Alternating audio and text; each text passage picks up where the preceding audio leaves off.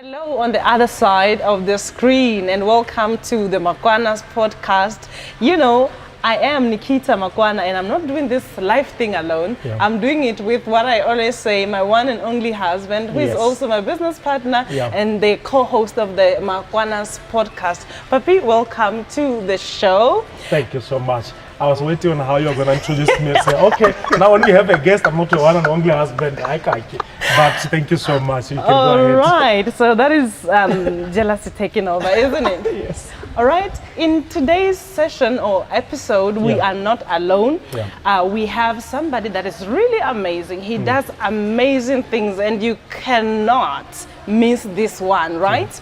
We've told you prior that we are going to make sure that this Makwanas podcast is a blessing to you. You look at it and be able to say, I've picked up something from the two and also the guests that we are bringing in our podcast. Today we have none other than Monti in our podcast. He's going to give you an introduction of himself. He is the CEO of GreyX Group. Monti, welcome to the Makwanas podcast. Thank you for having me. It's good to be here. Yeah, we're excited to have you, and I think it's the first time that we have a guest in our podcast. And the previous ones is just me and my husband sharing what we know and talking non-stop. So today we are like, today we are trying to say how we're gonna go through it.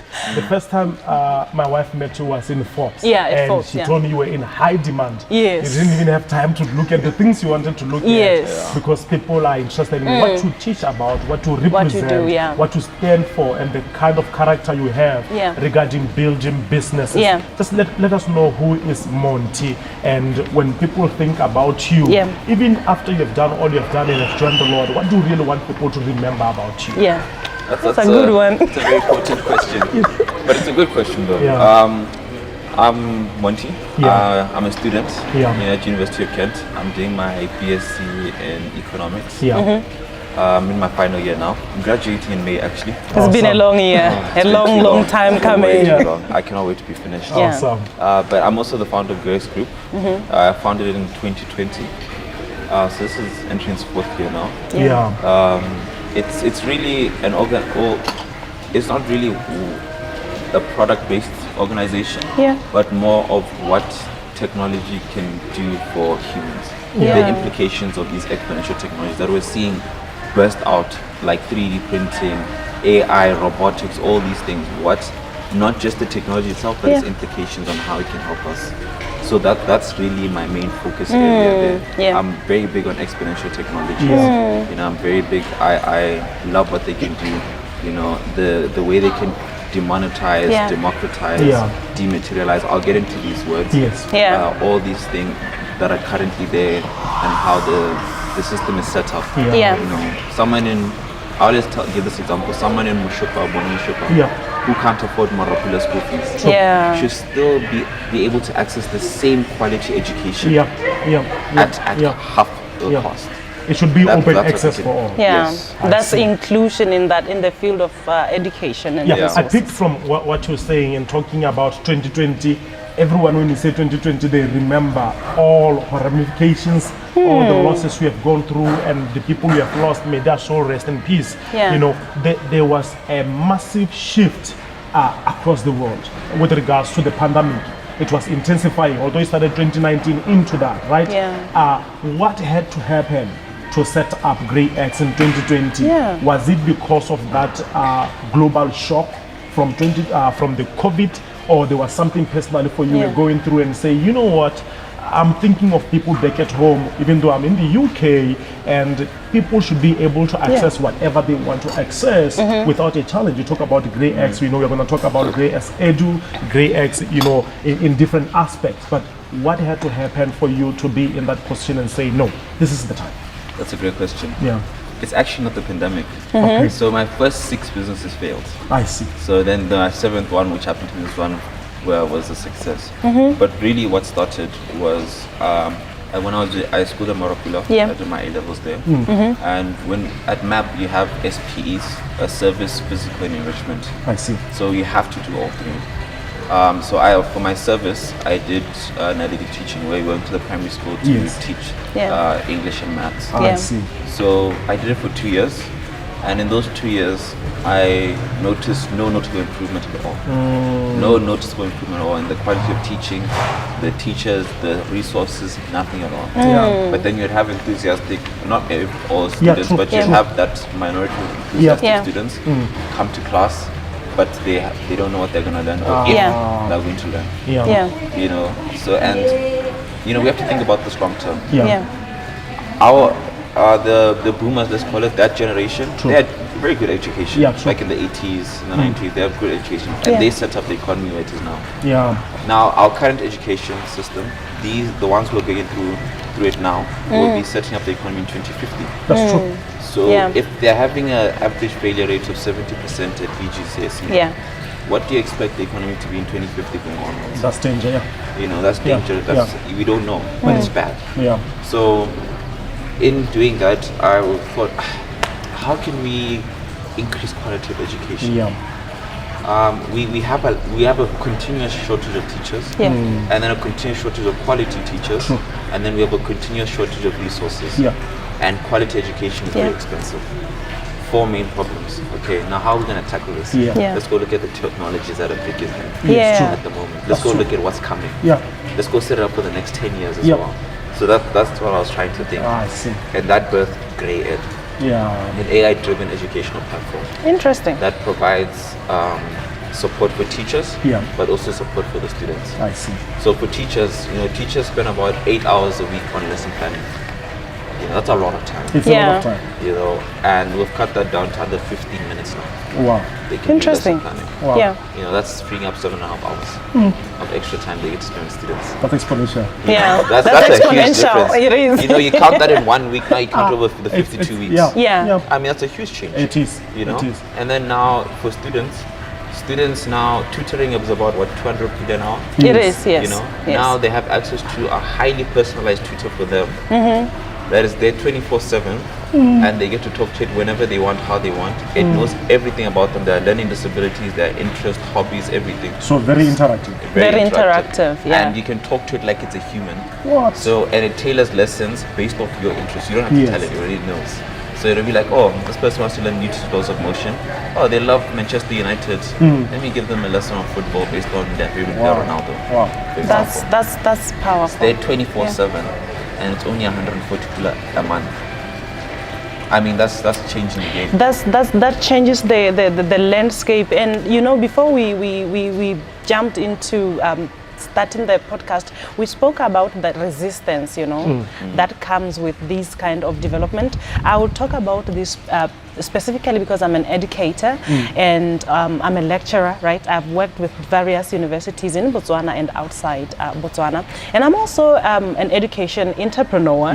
And I can see how when you speak of that, realizing that even in my own business, we still have such prizes with regard to the normal tutoring, the hours, etc.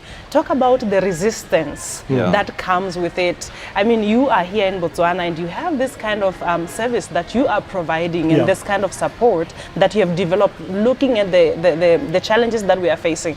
And the very same people I want to believe that are trying to help are the ones that are resisting. How has that experience been for you? And how do you benefit and navigate? That's a great question.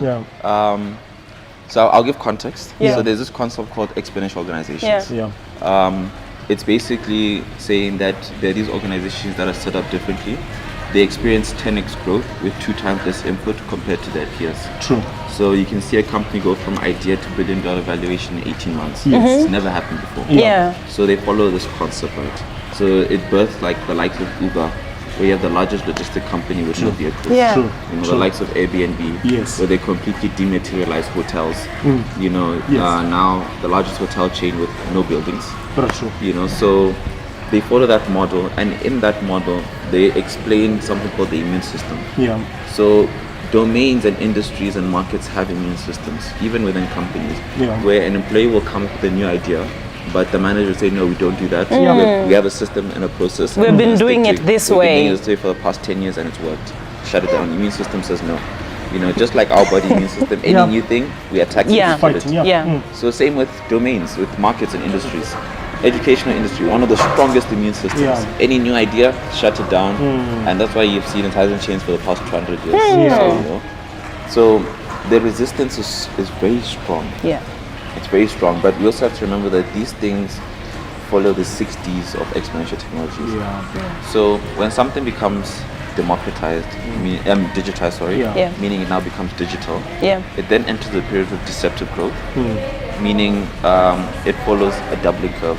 So it goes 2, 4, 8, 16. So it's a small growth, like you'll even say it's at 0. You notice those growth. And then eventually it becomes dematerialized, meaning you're taking the material aspect out of it, the physical aspect, and putting it digital. So like our phones, for example, mobile apps. You now have your flashlight, you now have your calendar, your calculator, your GPS, all in your pocket. 100 years ago, it was all machinery, all and the music is on the other side, the CDs, the DVDs. Now you have it all in your phone, so you're dematerializing it. I see.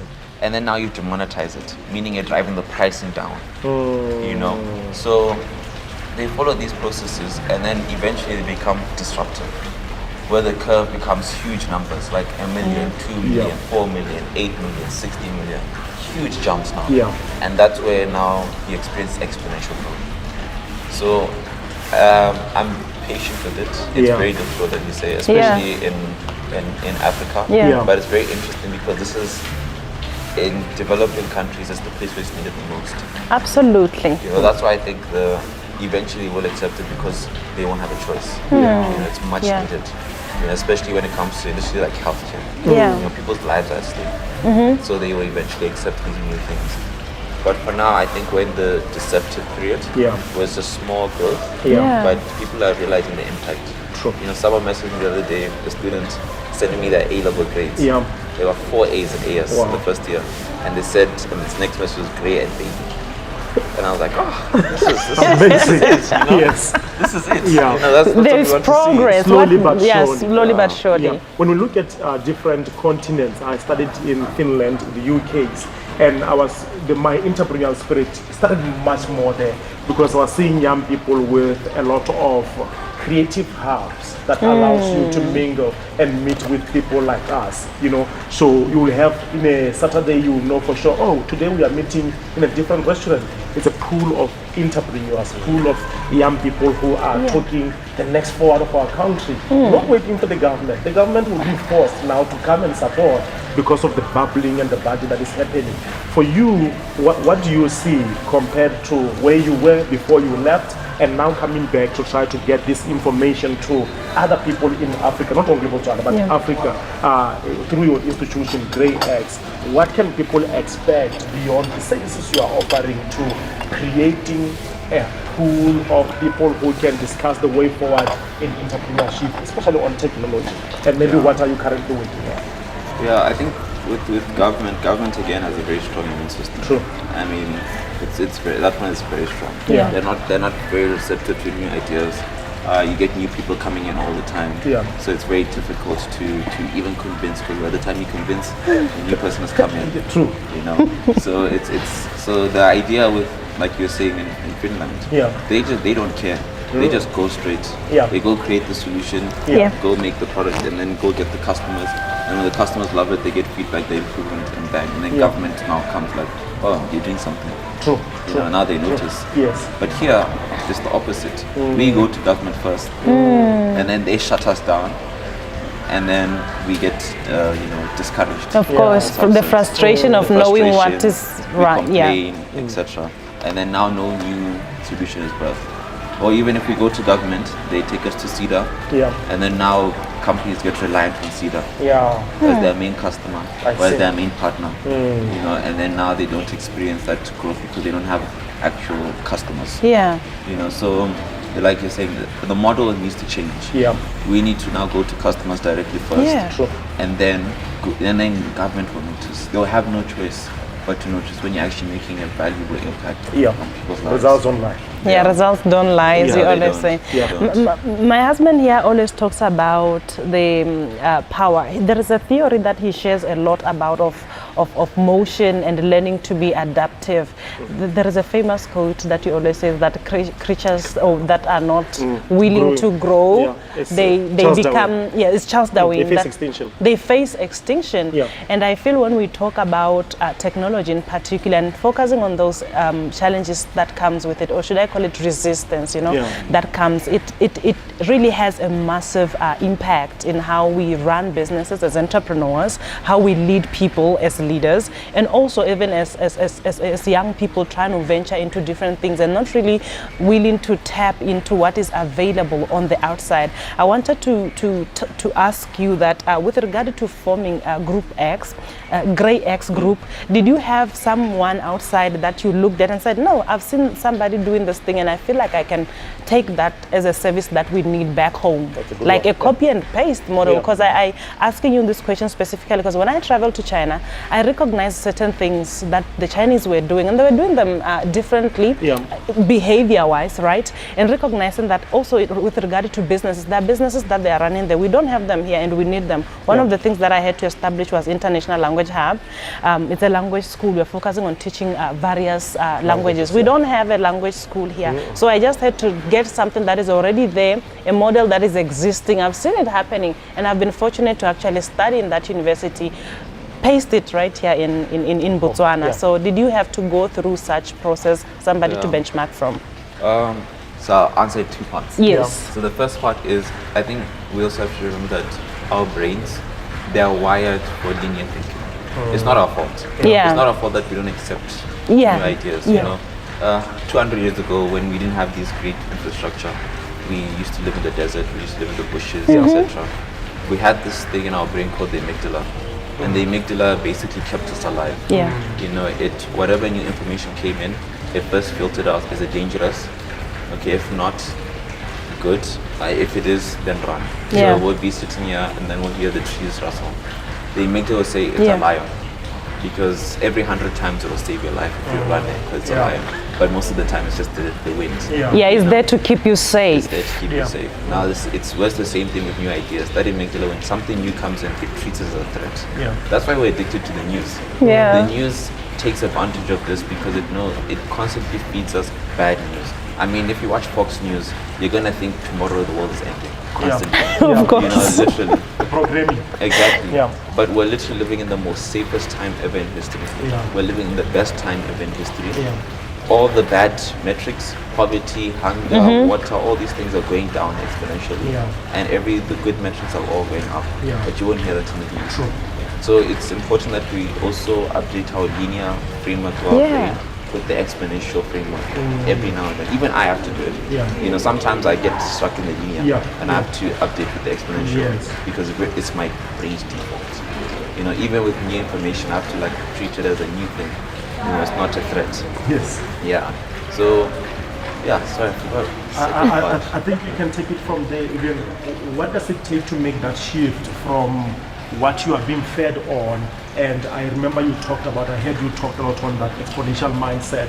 It's not, you have the finite and infinite mindset. I think you can touch on that in the aspect, and then the second part will be just talk about any benchmark you are making with regards to your industry. Where did you benchmark? What did you see?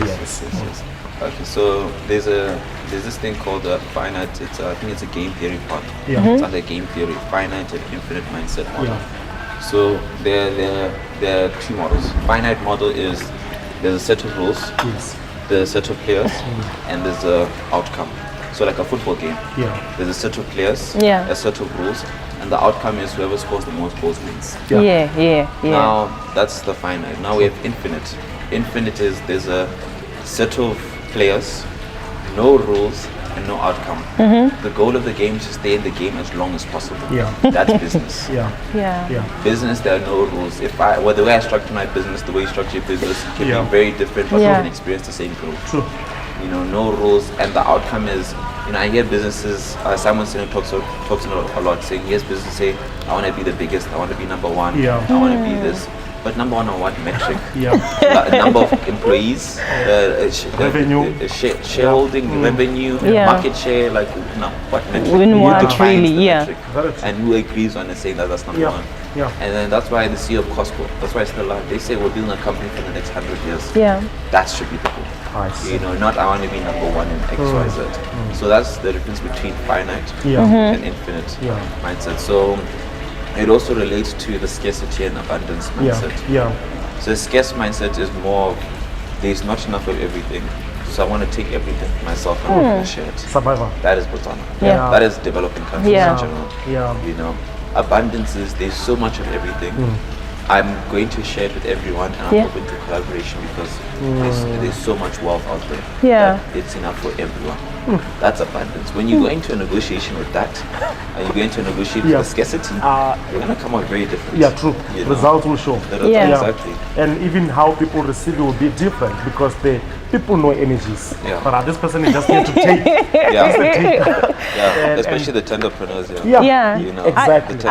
I listened to someone recently talking about never go to was it Kevin Hart saying that never go to meetings hungry because people who go to meeting hungry they say things, but I won't use that word that he used. So that reminds me as you share on that. I think in addition to that, before you go to the benchmarking aspect, my wife was saying I like what Monty talked about regarding the consumer. Yes, the consumer mindset. I think it will also go on the mindset of scarcity. My husband is a professional coach and he speaks a lot about the producing. You know, I think this, to a certain extent, it rubbed on me. You know, of course, we provide services maybe at an employee capacity. We also have things that we are doing with people, but most people don't look at themselves as producers. We have a consumer's mindset, like what can I buy, what can I eat, what can I take? And I feel like sometimes, especially as people who consume, we don't recognize that we are mostly takers. It has that mindset of taking things that are available but having nothing to give in return. So I was really struck when I heard you speaking about the mindset of a producer's mindset. That's interesting because it goes back to the scarcity, yes, because consumer, you just take, just buy what's good for me, everything. And producers, they should be asking, what can I take that is scarce, and how can I make it abundant? Multiplication. Exactly. That's the question you should be asking yourself. For example, what's an example? So X Prize is this foundation that do these large scale competitions. So they say solve water crisis for $50 million. So they put out a prize for water. Produce 1 liter of water for less than $1, I think, from the air. This is for developing countries. So they're trying to take something that's scarce and making it abundant. And someone did it. They produced water for less than 50 cents from the air for 1 liter of water, drinkable water. Wow. Now imagine the impact it has on developing countries. Massive. Now they've partnered with Coca-Cola because Coca-Cola has the largest distribution network to distribute it across to the developing countries. So now something that is extremely scarce, drinkable water, is now soon going to become abundant. So when you look at the world like that we're actually going to live in an abundant world. It changes the way you can structure your business, as an entrepreneur. I always my dad is big on solar. Solar energy, the World Energy Organization has predicted the number of PVs that are entering the market for the past 2 decades. They've gotten it wrong every year. Because they're not, the experts are not in sync with the industry. So the industry follows the exponential curve, the experts follow the linear curve. So that's why Elon Musk came in and just disrupted the industry. So now they actually predict because solar energy, I think it doubles every 2 years. So they predict by 2028, we're producing enough energy to power the world by 2028. And remember, it doubles. So in 2030, we'll be producing twice as much. We'll have now abundant energy. Through solar. One renewable aspect. We haven't even introduced hydro or wind or any other one or biofuel. That's just solar. So we're about to enter a world where energy costs are almost zero. If anything negative. So that's the world we're going to be living in. That's the mindset that we should be thinking. You know, especially as a producer, because you're a producer, you're thinking for the next 10 years. A consumer, you're thinking for the immediate consumption. You know, so that's the difference. And when we talk about that, especially driving the key aspect of mindset, look at how we talk about mindset and how it end up with a global impact with regards to the services we are offering. I'm happy that when our president was asked, what are you pushing? Instead of saying, no, I'm giving you cars, I'm giving you houses, say, no, the mindset change. And I think it's a very important aspect coming from you as someone in the business and doing something, because some people, when they are hungry, it's the scarcity. They're speaking from scarcity, and you have to understand that. And they don't think of producing anything but something that they can eat. But we are saying, with the patience to evolve, we must be willing to start something because it leads to something.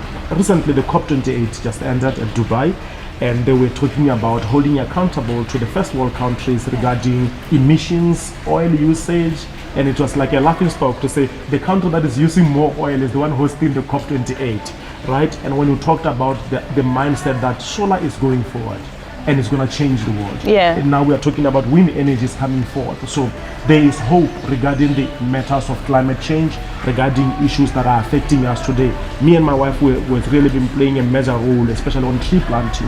Last year we donated 500 in Palape. We want to add more.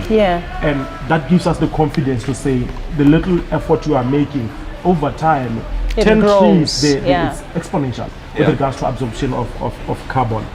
Let's talk about you, especially on the issue of benchmarking, what you are doing, what's the benchmark, what is really your benchmark, and in addition to that, maybe you take on how are you able to strike a balance between learning, because entrepreneurship deserves a lot to learn, especially on the field, a lot to learn, learning at school, learning for the business, and implementation. I just want to first touch on what you said before. I think it's important that entrepreneurs should learn. The reason I also asked you the question earlier before the podcast about being borderless. That we're living in a borderless world. You know, now, before 100 years ago, if you were to reach, let's say, a consumer in India, you needed to be like the CEO of Coca-Cola with that distribution. Now you can be a kid in the garage here with a good internet connection to reach there.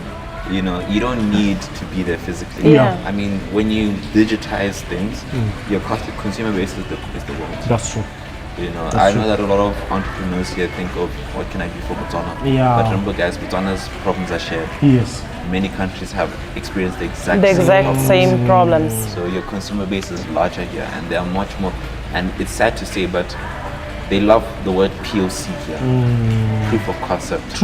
Or where has it been done before? You've been asked that question many times.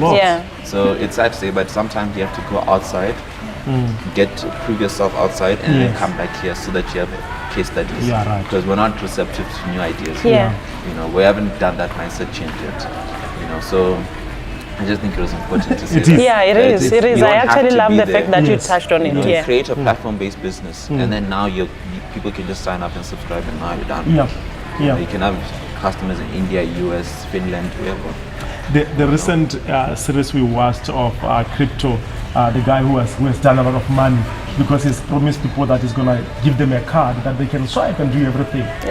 The documentary? The documentary, the real documentary. The guys made millions. They said the money came in huge amount. People wanted to have that tangible product. They can use their money, the cryptocurrency, to swipe in shops. And they used mega your people to advertise that, and it did well. Celebrities to endorse the project.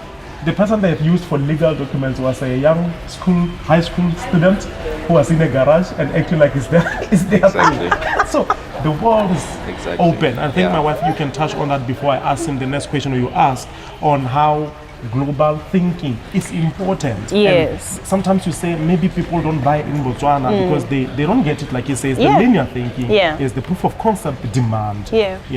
I think maybe starting it from my experience and throwing it to him as somebody who's been really, I think is doing a great job in this field. I feel COVID was a challenge and a problem in disguise for many entrepreneurs, and I was one of them. I actually birthed my first ever business during COVID, which is the language school that I spoke about. So for some time, we had that seclusion, the lockdown, right? Yeah. And then I could do the classes physically, because that's the model that I was used to and everybody else was. Physical, right? And then I noticed this thing is not working, because 2 weeks, 3 weeks, we're going back into the lockdown and the business is shutting down. What is it that I can do differently? And then I recognized that, oh, by the way, I'm actually studying in China while I'm here. I was completing my master's in China by that time. So why don't I use the same thing that the Chinese are doing, teaching online? And then I did that. It was mind-blowing. I started receiving applications from India, from the UK, from China, from different countries. Botswana were few. Botswana were few, less than 7 at that time. And I was mind blown. I actually feel, if the person who was shocked by this, I feel like I didn't prepare for that. I just went, hi, my name is Nikita, your Chinese language teacher. I didn't think I'm gonna teach people in the UK, right? So I want you to touch on that, the importance of cultivating what I always now call a global mindset when it comes to tapping into the opportunities, when it comes to tapping into entrepreneurship. Why is that very, very important? And also the global mindset in terms of business owners and how they groom it for their employees. No, it's important because, like you said, you're able to reach customers beyond your travel means, let's say, especially during lockdown where you couldn't move. I think it's also important on why that's possible. It's important for entrepreneurs and business owners to understand that the technologies of today allow us to do that. You're capable of doing that. Your phone, if you have a phone in your pocket, a smartphone, you have more computer power in your pocket than the US government had when they went to the moon. You know, so that's a lot of power. And when you realize the analogy, you're thinking, oh, okay, I have quite a powerful thing in my pocket. You know, so you can create something with it. You know, you can do something with it. You know, so and most people have laptops and things like that. So now you can actually build an entire product and solution online. And it's very affordable nowadays. You know, the price of technology keeps going down, not at a linear, but at a doubling curve. So, and you're saying, you know, it's because of these technologies, you're allowed to reach customers outside. You know, I haven't been to the US in years, but I have customers there. You know, I've been to Europe in years, but I have customers there. You know, and this is because of technology. Now, what's interesting is that there's this school in the US. I know this is going to be controversial, but there's this school in the US that is using AI purely. They have no teachers. They have 2 hours of academic learning a day, and they're using AI purely. And the students are acing the SATs and are going to colleges. You see the future of learning that's going? And you see, when you think about the student is benefiting the most. It's being demonetized and it's being dematerialized. And these high school students, they're creating their business, working on their business most of the day. So they do 2 hours of academic learning, and the rest of the day they're working on that startup in the school. So you see where the future of learning is now. Can you imagine Botswana if our high school students were creating startups in their free time? Where the country would be? It will be a game changer, and it will move the workload and a lot of pressure from the government on what should our people eat. And we are going to see the power and the rise of such. One of the projects we are working on is the Africa Entrepreneurship Hub with my wife, setting it up, and we are really blessed to now being settling in Palape. We have been in Palape for some years, and using that as a center place to accommodate young people who don't have access to this skill set, who don't have access to knowledge that they can actually do something. And we are leveraging mostly on using this, what we have, the brigades, you know, vocational training institutions. To get a pool from such people and say, this is the people that we have worked with. These are young people who at Form 5 someone said, or Form 3 they said this cannot amount to anything because we are thinking linear, we're thinking employment and a job. And now creating a hub where they can come and say, I've always envisioned something like this, and I want to do it. It reminds me when I saw the work of your father's work, and I said, I wanted to be a trainer. I wanted to be someone known to transform institutions with the human capital aspect. And I know now they have evolved with much work they are doing now, working with the minds and the national strategy. But it all starts somewhere with seeing someone doing what they are doing, and now it pulls the best out of you. So this conversation, I think someone watching at home, whether it's an employee or anyone, you have time because you have the equipment and the power in your hands to develop something. I don't know if you have any questions. Maybe also adding on to that, Monty, I work with young people. I just shared with you that I'm a lecturer, right? Yeah. And I'm still working at Be Used, and these young people that I'm working with, we are training them to be industry ready graduates, right? And I want to believe that when we talk about being industry ready, we are talking about tech ready as well. Yeah. And remember, Be Used focuses on science and technology, right? Yeah. So we have such young people, mostly here in Botswana. Recognize that when people are going to school and nothing else, that has been the culture. And I want to also put this as a highlight on you, specifically because you are a young person at the age of 23. You have millions of money in your account. You're an entrepreneur. You're balancing this with school. I know you're very humble and you don't want me to do that, but also as a coach, I speak about this, and sometimes I bring my coaching skills to class to just, bring that kind of vavavoom and kind of, helping people to see things differently. When it comes from my mouth, it's like hooting my own, blowing my own horn, right? Yeah. But I want you to just speak to these young people. When it comes to tapping into technology, why does it matter? And why should they start it as early as now? Yeah. Why should they be... why should they open their mind to see beyond the classroom, to tap into other things before they graduate? Because most of them are just waiting to graduate, find jobs. Some of them I'm coaching them, some of them have opened doors for employment for them. But I believe that there is more that they can do, and there's somebody that has been able to do that. I feel like you are the right person. I don't know how much I'm going to pay you. Guys, Monty is very expensive to coach, but I'm bringing him right to you at your home. And I hope that you take that seriously. So I'll talk about on two fronts. The workforce and adoption of technology as a co-pilot. So it's important that we understand that the workforce is changing. Before, we used to go to school. It was a supply side policy before. We used to go to school, get a degree, and then supply ourselves to our job market. That's how it used to work. Now it's changing, and employers are noticing it around the world. It's demand side now. Now people are seeing a problem, going to get the expertise in that, and then going to solve that problem. That's demand side now. So it's important that young people understand that every day you face a problem. Try to fix that problem. Try to fix that problem, and you're very capable of fixing that problem because we have the resources to do it. And also for me, it was I always give this thing that I have no formal education in technology. I have 3/4 of a degree because I'm in my final year of an economics degree. Which is not in the field where you are. But I'm running a technology company.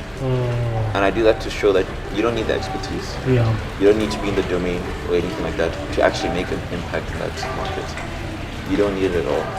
So and also I was invited to give a talk. My university was hosting a summit with University of Sussex and other universities. With the lecturers and the dean, and they asked me to speak there on especially on the education and the job market and the universities because of the impact of Gen AI. And I was saying that you guys have no choice but to introduce AI co-pilots to students. Because in the workforce, employees people are worried that AI will replace jobs. But I say someone using AI will replace someone who's not. A company using AI will replace a company that's not.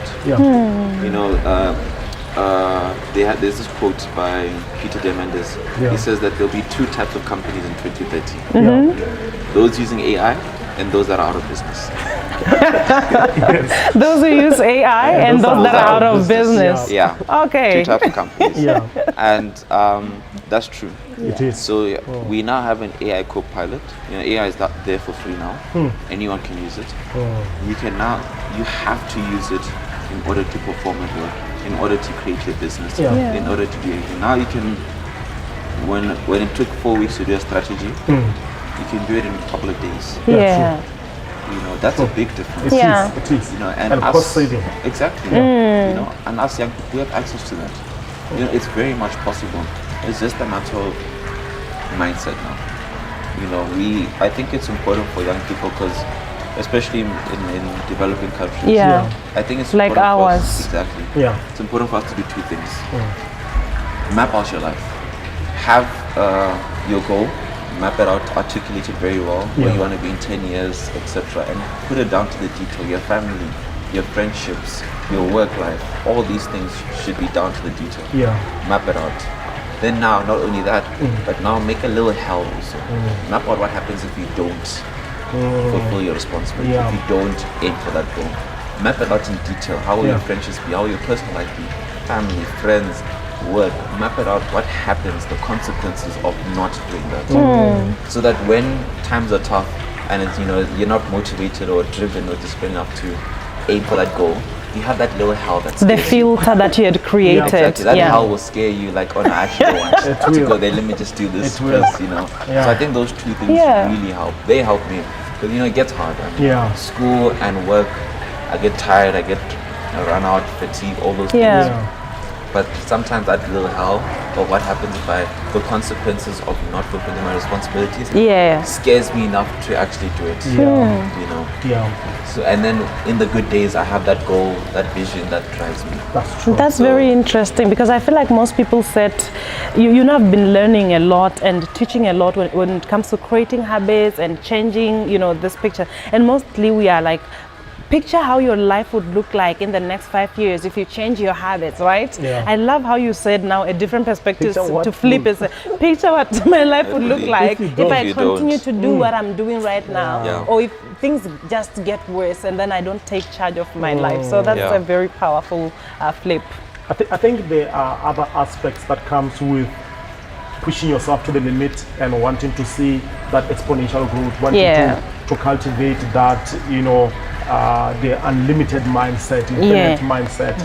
Is there any challenges, especially we're talking about issues today of mental health?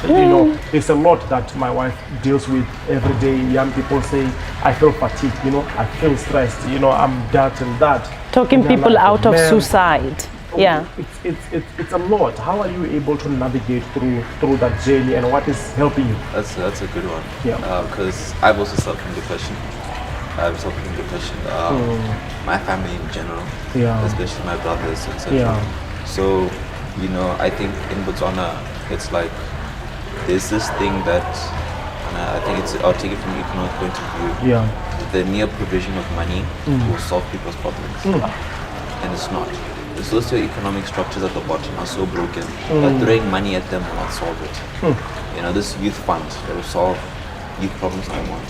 Throwing money at youth won't solve anything. They have other problems that money can't solve, and that's mental health. So for me, my journey with depression is, I think it was 2020, and then I started going to therapy in 2021, and ever since it's really helped because there was a lot of me that was stuck in the past. I was here, but my brain, everything was still in the past, and I needed it to catch up with me. And therapy helped do that. And I can confidently say, without therapy, I wouldn't have gotten here, without a doubt. My therapist always used to say, Monti, you're brilliant. You're gonna build something great. Affirming you. Exactly, but if you don't take care of yourself and learning how to love yourself, you build the foundation of everything you built. When the storm rises and the dust rises, it'll all be blown away because the foundation will be so weak. But if you go through therapy and you do all this, the foundation will be so strong that when the storm rises and everything, and the dust now settles and the storm settles, everything will still be there. What did it mean for you to be told to love yourself and to take care of yourself? Is it something you were not mindful about, pushing and just trying to go forward?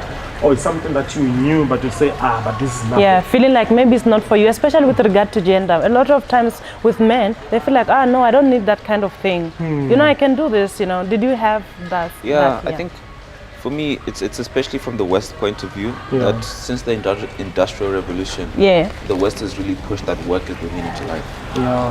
Work, and that's the meaning to life. But then when I started looking at the East perspective, where it's like more of be present in the moment, be fulfilled in the moment, live in the moment, not just work.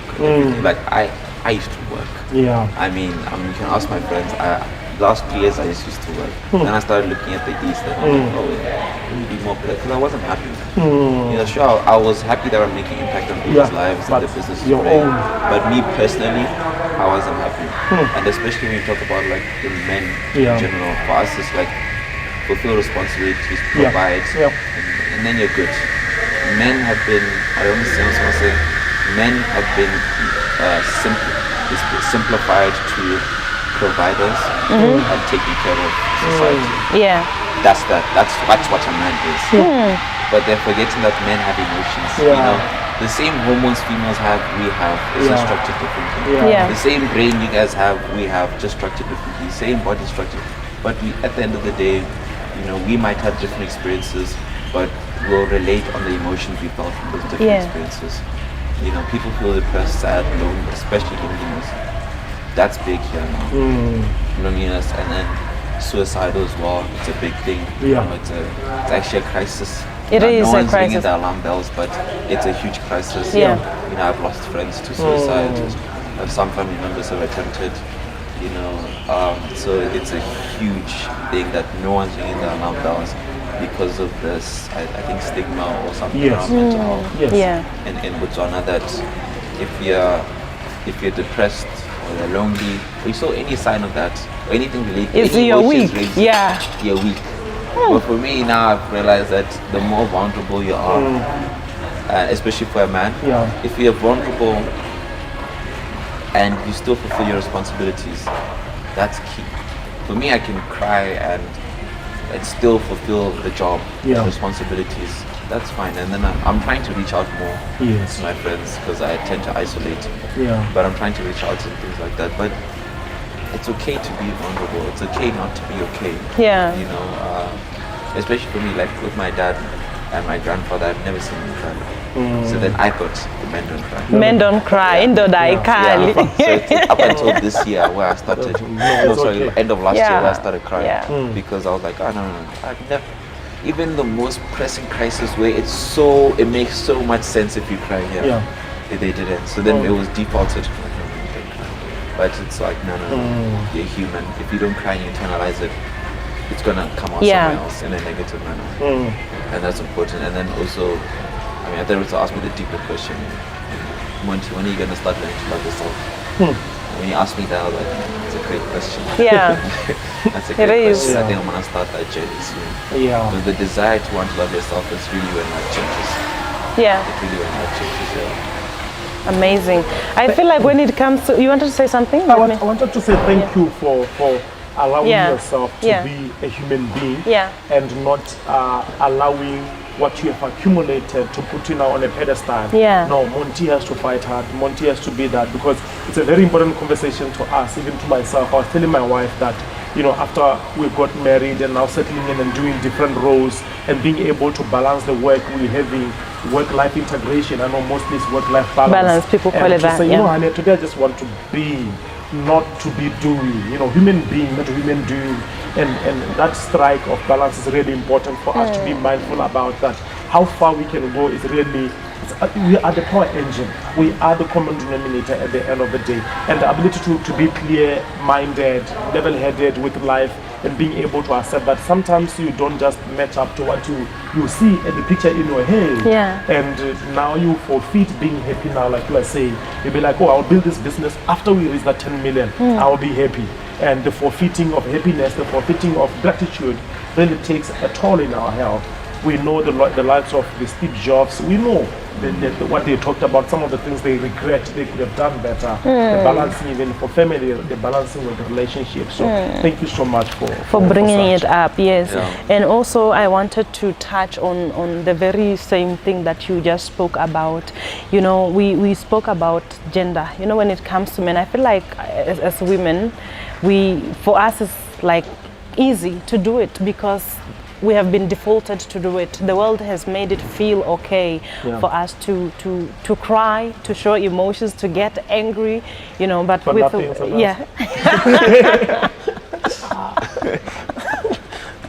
Yes, sometimes for nothing, and sometimes we don't even know why we are crying or we are complaining about something. We recently just had a discussion regarding that, and I feel like this was coming from my experience with having my husband in the house. Yeah. He tried so hard not to cry throughout the relationship, and also as our marriage was fresh, right? So getting to know each other, and then I noticed this guy doesn't cry. Secondly, he acts okay, and you know when somebody's not okay, sometimes you can see, and all the time when that happens, you recognize that by the time he gets it out, it's not in a good way. It's like bursting, you know, it's a rupture, because we've been keeping it inside for a very, very long time. And I feel maybe people at home, they need to know that it's okay to show your emotions, it's okay to cry, and it's very okay to take a very good care of yourself. But I don't want to use this word, take care of yourself. It sounds vague. Everybody can say that. No, you have to love yourself, you have to take care of yourself. I want to ask both of you now, as men to other men back at home, what is it that you do to take care of yourself? How have you been, you know, the effort. I want to know the effort, because I want somebody to be able to go and do that as a guy. I want a gentleman to go and do that. I know you spoke about going for therapy, which is one of them. What else is it that you guys do to take care of yourselves? The way I look at it is, you know, some people say, no, if you start talking about yourself, it's selfish. But then I'm like, no, I don't think it is, because when you say taking care of yourself, there's the you now, there's the you in 2 weeks, there's the you in a year, there's the you in 20 years, there's the you in 60 years. So there's a community of yous throughout the timeline. It's a series, You have the responsibility right now to take care of. And those yous affect your friendships, your family, your society, your country, and the world at we're a node in a network. You know, what I do will have ripple effects everywhere. What you do will have ripple effects everywhere. What you do will have ripple effects. So when you take care of yourself, you're not just good for yourself, you're good for society, family, friends, country, and also the community of youth throughout the timeline. You know, so sometimes because I've been trying to like 2 years. Congratulations. 2 years now.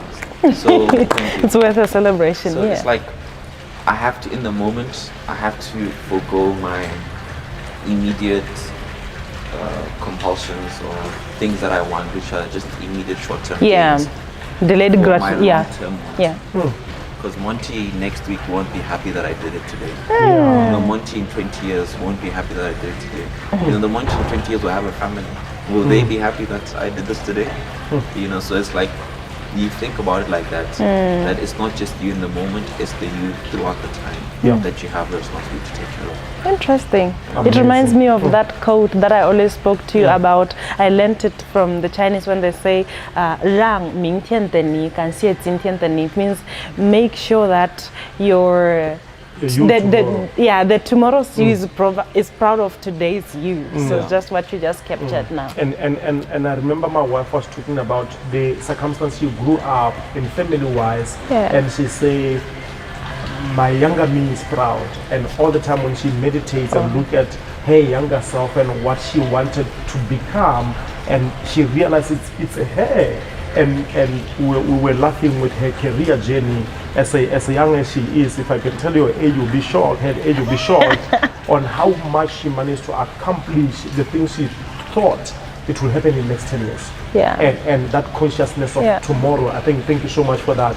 As a question, sometimes say envision yourself, but I like the aspect of what's the consequence of not living that tomorrow. Exactly. And becoming of that powerful. Tomorrow. In addition to your question, you asked us both. I think of developing yourself is key. There's a story I used to run with. I grew up without my father, and I'll go as an excuse to not do things right. I'll use an excuse to not commit. When I started my school, I dropped out of school for no reason altogether. And my colleagues, my friends had to go on and finish school, and then at some point later on I had now to play a catch-up game. It seems like a motivational, inspiring story, but there's a sense of responsibility that comes with holding yourself accountable and saying, even if the next person didn't do right, I myself have to do right. I know what's right to do. I know the work that I have to put in. I know the books I have to read for my businesses to thrive. I know how I have to improve myself with my love languages to her for our marriage to be vibrant, healthy, and happy. Yeah. So I think the commitment just for yourself. You have been hurt, you have been robbed, people used you. Are you gonna do the same they did for you at your own personal space?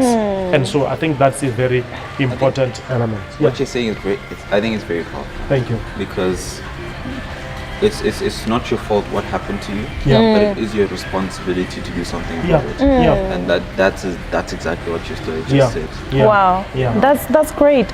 I listened to Golden Myron, and he featured Dr. Sonja in his discussion, and she said while she was sharing her story of how she grew up, she had a child at 15, she was raped at 17, she was in the military, she had those kind of brain damages, and also the trauma that comes from being in the military, and sometimes she would just have those kind of imaginations where she hears the flashbacks of her experiences, and at one time she also lost her marriage, and she started talking about these things that happened to her, and this is what is so powerful. She started seeing herself transforming the lives of people, and she said what really transformed and changed her life is recognizing that things didn't happen to her, things happened for her. Like just being able to package your problem and creating solutions as a person, right? It just works magic. And I think you spoke on the same element when it comes to business, where you see a problem and then you solve it. That's creating value, right? And being able to create value now at a personal level is very critical, and I think that's what the both of you have just touched on. Because people always wonder what should I do? That's a good question. What's there? I'm like, the world's biggest problems are the world's biggest business opportunities. And the world will always have problems. The world will always have problems. Just find something that you're passionate about, the problem that you're passionate about, and find a solution. And now you have AI to help you come up with the solution. You don't have to figure it out yourself. No. Exactly. You just do implementation. There's someone who made AI the CEO of the company. They just say, okay, there's this day, okay, how do I do it? Okay, then they just implement. And their company will do it. That's interesting, because I know we spoke a lot about the resistance that people have on technology, and I want to acknowledge that this resistance comes from the fear of being replaced. Nobody wants to be replaced, Monty. I don't want to be replaced in his life. You know what I mean?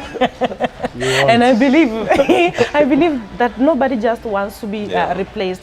And I feel like when it comes to technology, we are only thinking of us being replaced. We don't recognize that AI is here to assist us, to partner with us. So we actually speak a lot about, especially when I teach professionals on positioning themselves as global experts, I talk about partnering with technology to position yourself well. This can also mean partnering with, taking advantage of things like social media, just to position so that people can know where to find you. I want to believe your business has websites. That's you partnering with technology to reach people that are far from where you are. So I want to just you to just touch on that. Why should people place value in partnering with technology, and what is the kind of mindset that people should have to maybe put down the walls that they have that they have built against technology? In conclusion, of course, yes. I think that's great, because I think people should first look at it. If they're fearful, say, is this my amygdala acting up? Or is this genuine? Okay, it's my amygdala, okay. Now let me try to fix the framework. Okay, being replaced, very powerful sentiment, very valid. No one wants to be replaced. Okay, it's not here to replace me. It's here to assist me in doing a lot of the heavy work, and then I can now focus more on the complex problems that it can't. And the complex problems will always be there. I mean, in business there are always problems. I always say that if you're sitting and doing nothing, and you have nothing to do in business, there are many things to do. Many problems to solve in your own business before you go out there. So it's there to assist you. You can outsource a lot of the heavy work. And then you just implement. So that's where technology is heading in terms of, I know people are fearful of AI, especially, but I always say that The one that you're really fearful of is artificial general intelligence, and we're quite far from that. You know, I know that some of the experts, Elon Musk predicts we'll be there in 2025. Ray Kurzweil, one of the big guys in tech with the chips, predicts 2029. But the scientists, the leading theoretical physicist, Mikhail Kaku, predicts 2040. Brian Cox another 20 years. So there's different predictions for that, but that's the one that's the one where it can think by itself, execute by itself, and by itself. You know, it can literally actually replace you. I mean, that's why the deployment of humanoids, which are robots that are basically humans, you know, fingers like humans, movement like humans, and then you introduce AI to them. That's where you start actually debating what is the definition of a workforce. Because it used to be humans before, but now it's going to be majority robots. Now we have to define. Now we have to start looking. Maybe we should start looking at universal basic income again. You know, to tax these robots and the AIs to fund the UBI program, so that people still have money, even though their jobs are being. But that's a debate for later. You know, that's a debate for later. But for now, what you have are powerful tools that are there to assist you.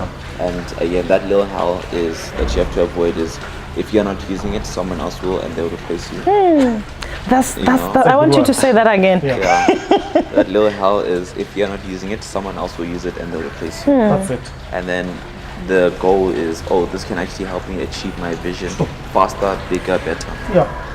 That's the goal now. That's it. So with the technology. So there are two aspects to it. A fearful one and one to make you chase the dream. So technology is very powerful. The things it can do. We've even developed one for Botswana, an AI for Botswana. We trained on Botswana's data. We've trained it to be a business co-pilot. And it's actually the only free GPT-4 powered AI in the continent. Amazing. At the moment. So Botswana has a very powerful tool that they can use to power their businesses that is there for them for free. You know, so it's up to people to take advantage. But that mindset change is very key. Amazing work. You're doing good. I think you deserve a round of applause for that. It's very commendable work that you do. Where can people access you? Where can people access your services?